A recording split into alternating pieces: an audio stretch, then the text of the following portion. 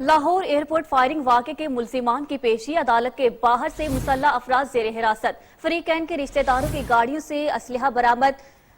MP5 और 222 भी शामिल हैं। आपको बताएं, लाहौर एयरपोर्ट फायरिंग वाक़े के मुल्जिमान की पेशी। अदालत के बाहर से मुसल्लह अफराद ज़ेर हिरासत। फ्रीकैन के रिश्तेदारों की गाड़ियों से असलहा बरामद हुआ।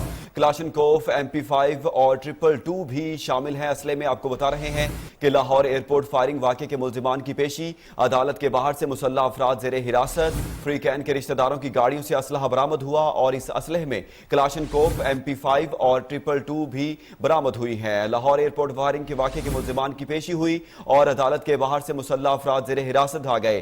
फ्रीकैन के रिश्तेदारों की गाड़ियों से असलहा बरामद हुआ और इस असलहे में क्लाशनकोफ, MP5 और 222 शामिल हैं। लाहौर एयरपोर्ट फायरिंग वाक़े के मुल्जिमान की पेशी, अदालत के बाहर से मुसल्लह अफराद ज़ेर हिरासत। फरीकैन के रिश्तेदारों की गाड़ियों से असलहा बरामद हुआ। इसी पर मजीद बात करेंगे मलिक मुश्ताक से। जी मलिक मुश्ताक, अपडेट कीजिएगा। बिल्कुल, शहर लाहौर की दहशतगर्दी अदालत के बाहर से आज सुबह 7 अफराद को भारी असले समेत गिरफ्तार किया गया है।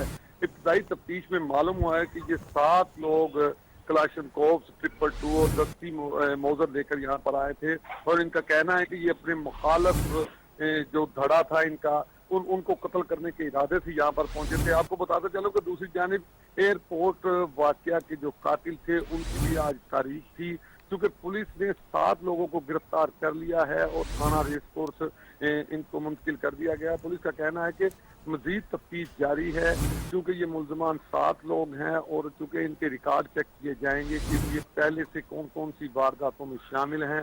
जो भी हकायक होंगे वो सामने आएंगे। जी बहुत शुक्रिया मलिक मुश्ताक, आप हमें अपडेट करें।